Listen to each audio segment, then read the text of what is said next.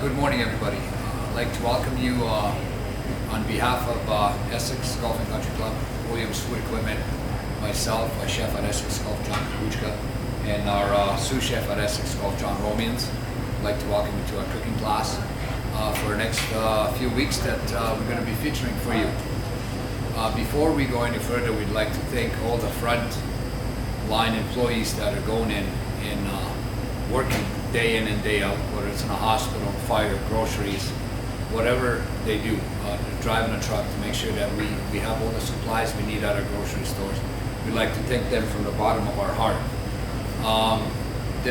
John and I, along with Williams, we used to do these cooking classes some 15 years ago, and we are honored to be doing them again during these times for you people to make them at home.